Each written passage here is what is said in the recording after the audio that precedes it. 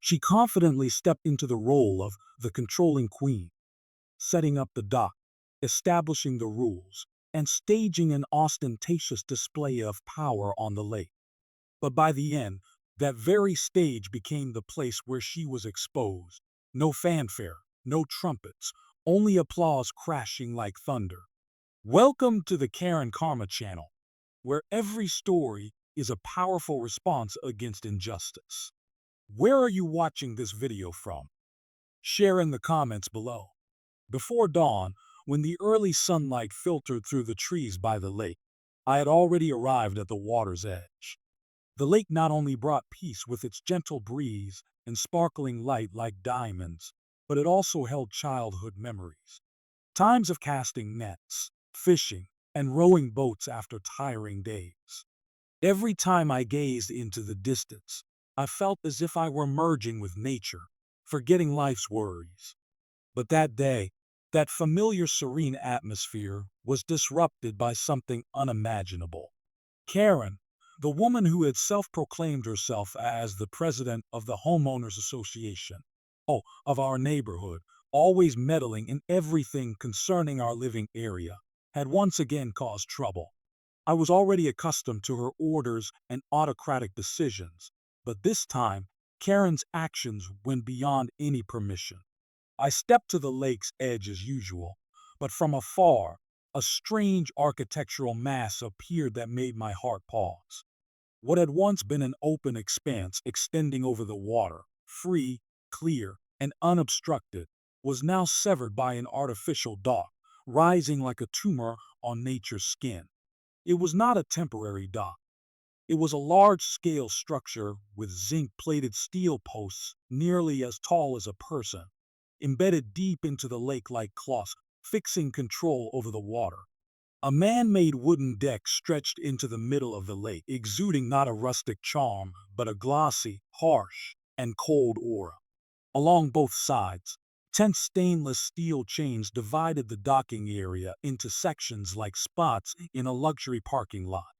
Above it all was a white aluminum canopy sheltering a toll booth, where Karen sat. Right before her was an electronic display flashing in bright red. Managed area, dock fee, $25/hour. For pre-registered home members only. Beneath it, a security camera mounted on a steel post rotated slowly as if scrutinizing every movement.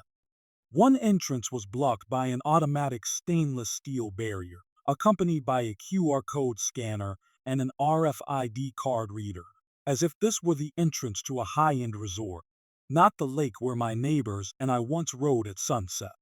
The familiar fresh air seemed to have been sucked away. The lake breeze blowing through the gaps between the steel posts sounded like a soft whistle. The water still moved gently, but beneath that calm lay an invisible pressure. The pressure of a place that once belonged to everyone, now priced and encoded with rules in the name of order. The boats, which once needed only an oar and a wheel, now lined up, waiting to have their codes scanned. Some people rowed in and then turned back, shaking their heads.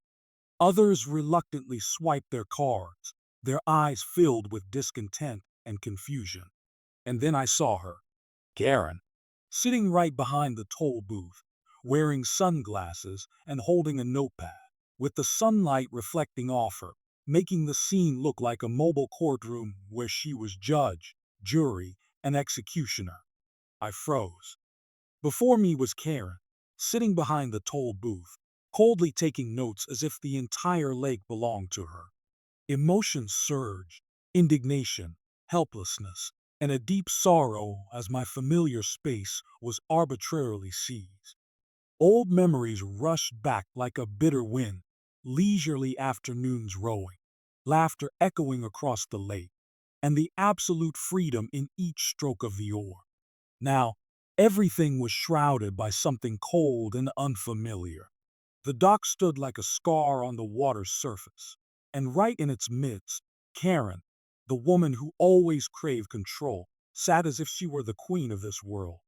I stepped closer, each step heavy with anger, regret, and a bit of disbelief. Yulina, I called out, my breath quickening. What are you doing here? This is my lake. Karen slowly looked up, her black sunglasses reflecting the sun and making her look like an impassive statue.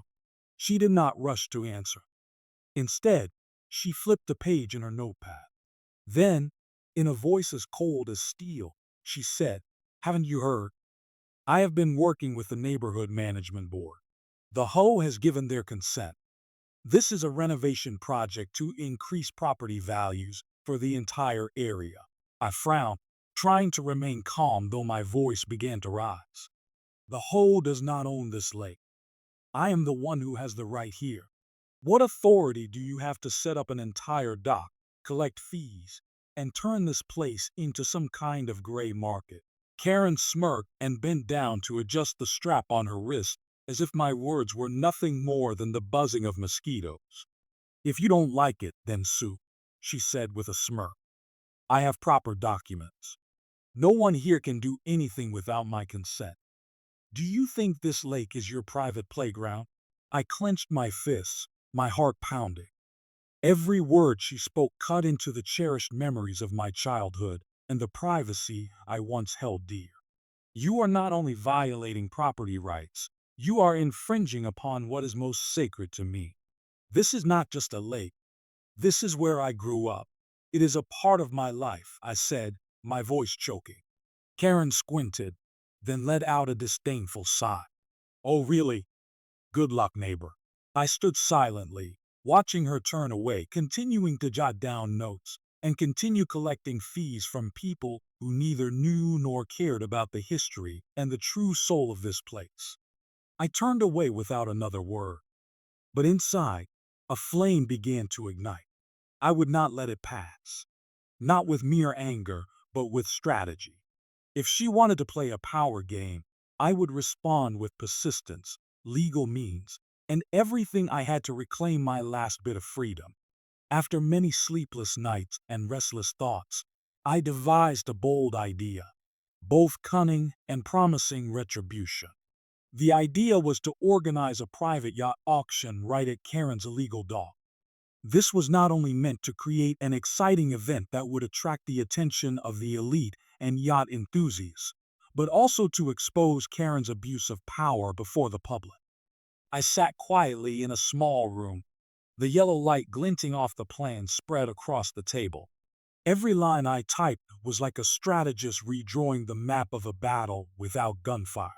Starting with drafting a public notice to each household in the neighborhood, I titled it boldly, Experience Our First Yacht Festival. Then came the social media post. Our familiar lakeside space will transform into a stage for a one-of-a-kind auction. Luxury yachts, light and sound shows, and untold stories. Come and experience it. I hired a professional event organizing team. They arranged the lighting to reflect off the water like scattered jewels, an artificial grass pathway leading to the dock, and each docking spot marked with a band of golden ribbon. I even set up a floating podium on the water. Every detail was meticulously planned. Karen surely thought she had locked the door to freedom with her power key. But she did not expect that imagination and creativity, things that power cannot buy, would be the strongest counterattack. On the day of the event, the entire neighborhood seemed to come alive. Luxury cars lined both sides of the road, from Lexus to Bentley. People strolled along the carpeted path, raising champagne glasses and laughing boisterously. The atmosphere had a strange sparkle, a blend of the poetic lake and the modern elite lifestyle. The MC's voice resounded through the loudspeakers. Ladies and gentlemen, please proceed to the dock. The auction is about to begin. I stepped onto the floating podium, a gentle breeze ruffling my shirt. All eyes in the audience turned toward me. I smiled gently and began. Welcome everyone to a space that once belonged to memories, now reborn with an entirely new look. Each yacht here is not merely a means of transportation, but a fragment of a soul, a story. I waved, and the curtain covering the first yacht was drawn. This one once belonged to a renowned musician. Starting bid, $250,000. Thunderous applause followed. Bidding hands shot up continuously, with offers flying thick and fast. The neighborhood residents were in awe, recording, laughing, and chatting excitedly. The atmosphere was like a royal celebration. I glanced briefly at the edge of the dock. Karen was seated, her expression ashen. She had not been invited. Her wide-brimmed hat trembled slightly with each heavy breath. Suddenly, she sprang up, her voice breaking through the festive atmosphere. "What the hell are you doing? This is my dock. You have no right to organize this event."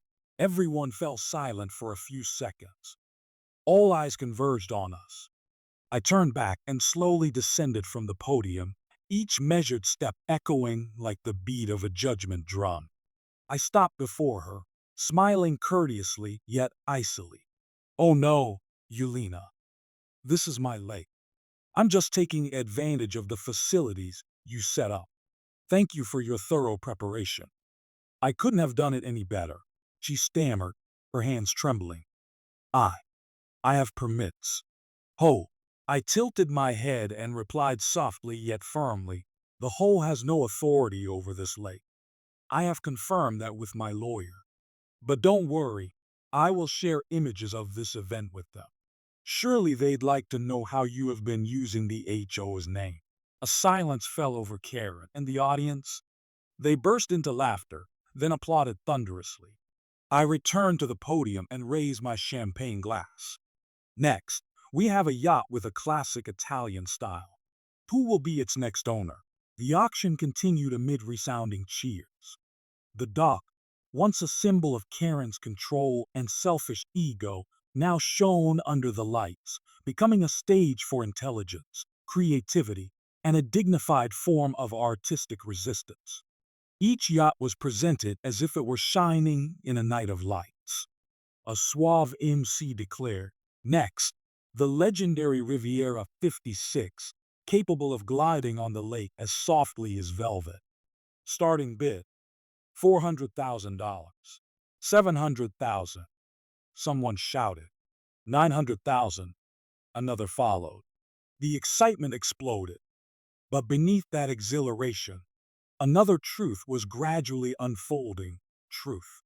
The audience began to whisper, "Isn't this lake not owned by the Ho? I heard that guy is the real owner of the lake. Then why has Yelena been collecting fees for weeks?"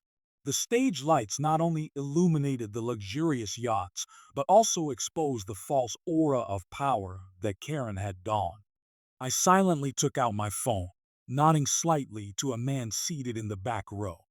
That was James, my chief lawyer, accompanied by several police officers and representatives from the Land Registry Office. At that moment, Karen stood up from her seat and hurried to the front of the stage. "Stop! Stop immediately! This is my dock, and I demand that this event cease immediately," she shouted, her eyes glaring fiercely. I calmly stepped down from the podium, my voice steady yet forceful. "Yelena, can you prove that? Where are your permits? This lake is for private use. The dock you built on the land is not owned by the Ho." She stubbornly replied, I have the HO as verbal consent. There's no official document, but I'm the president. Everyone knows." From behind, James stepped forward, producing a dossier. "We have confirmed with the Land Registry Office. This lake is entirely outside the Ho boundaries. And here is the official notice. You, Yelena, have no right to build any structure here." A police officer nodded in confirmation, then said, "We will conduct a full investigation. But for now, you will need to leave this area. The event will continue legally." Karen fell silent. Her lips trembled, but she had no words. She turned away, staggering as if just torn from the throne of her own power. The crowd erupted into thunderous applause. A man laughed heartily. "Finally, she's been dethroned." Another woman whispered, "I was once threatened by her when I rode near the shore. Today, I feel so satisfied." Immediately after the auction, less than 48 hours later, An emergency meeting of the whole board was convened in an unprecedentedly tense atmosphere. Although I was not present at the meeting, what transpired inside quickly spread like wildfire. According to an home member, the atmosphere in the meeting room that day was as heavy as lead. The residents, angry, demanded clarity on Karen's actions, who had unilaterally signed agreements, built, and profited from an illegal dock on property not under the HOA's control. The meeting lasted for 3 hours. During that time, legal documents, construction permits, and financial records were scrutinized. Karen, who initially tried to maintain her confident demeanor, gradually became flustered when she could not present any legal evidence to justify her occupation of the lake. When questioned about collecting fees and using the HOA's name to coerce residents, she could not provide satisfactory answers. Finally, with a unanimous vote of 9-0, Karen was officially removed as the whole president. But that was not the end. The board also demanded that she compensate $125,000, the sum illegally collected from operating the dock, along with the costs for dismantling and restoring the lake's landscape. In addition, all projects she had unilaterally approved during her term were suspended indefinitely pending audit and legal review. Karen said nothing after the meeting ended. She stood up and left the room silently, neither looking at anyone nor bidding farewell. The once authoritative look in her eyes was now empty and lost.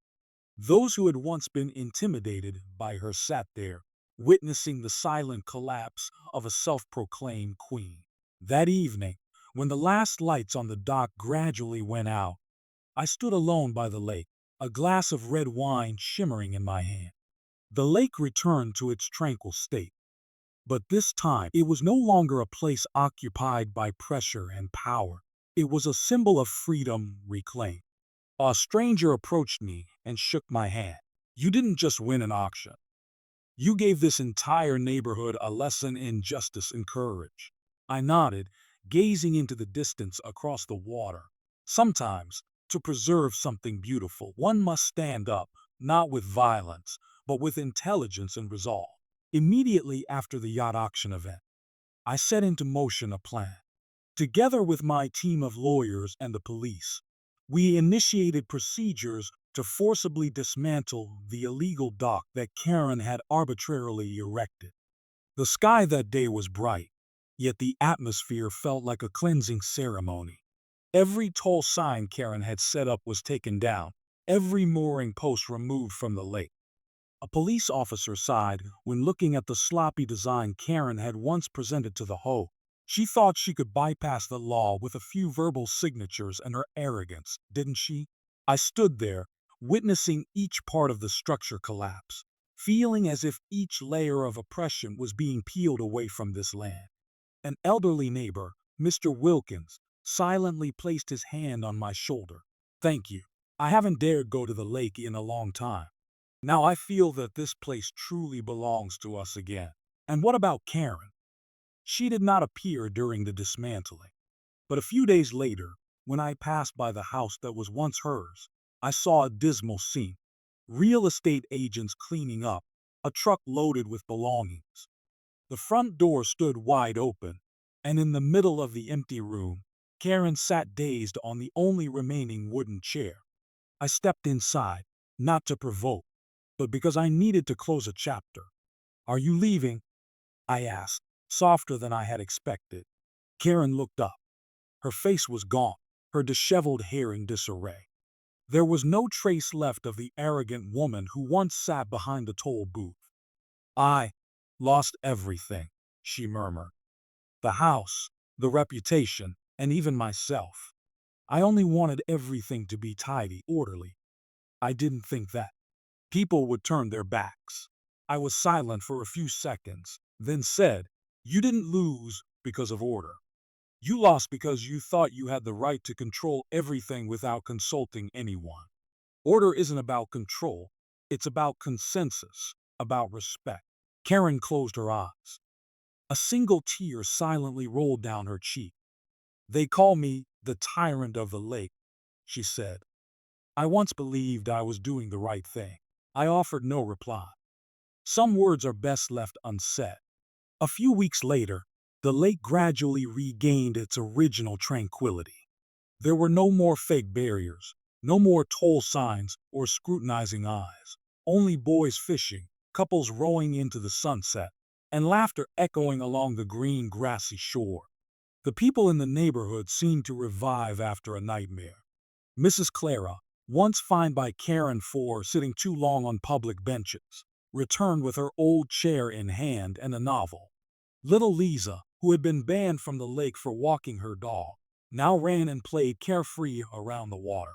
One day, at a community meeting, a new Ho board member stated, "We owe our neighbor a thank you, not only for reclaiming the lake, but for reminding us that power cannot overcome justice." I smiled, humbly stepping back. But inside, I knew I had stood up for what was right. The yacht auction event is now not merely a memorable moment. It has become a symbol for justice, for courage, and for the freedom reclaimed from hands that once tightened their grip. Karen left quietly, her house listed for sale on real estate sites with the description, "The house that was once the center of a community struggle for justice." I sat by the lake, watching the sunset cast its glow over the water. The cool breeze calmed my heart. No more toll posts, no more Karen, only freedom and memories that were finally protected. My story, a revenge, not through power, but through intelligence, trust, and truth, will always serve as a reminder. No matter how many oppressors there are, justice always finds a way to speak. And when it does, nothing can stop it. When I returned to the lakeshore, now filled only with quiet and tranquility, I felt as if every fragment of the past was rearranged into a complete picture. Each wave, each breeze, recounted my story, the story of someone who refused to accept oppression and always dared to stand up to reclaim justice. The clear lesson is, when someone, in the name of power, imposes on a community, all it takes is one person to stand up, and the entire corrupt system will have to bow. If it were you, would you remain silent as your memories, living space, and truth were violated? Or would you fight back like the man in this story? Leave a comment below. Your opinion is valuable. And if you find this story meaningful, don't forget to like, share, and subscribe to the channel where human, dramatic, and inspiring stories await you every week.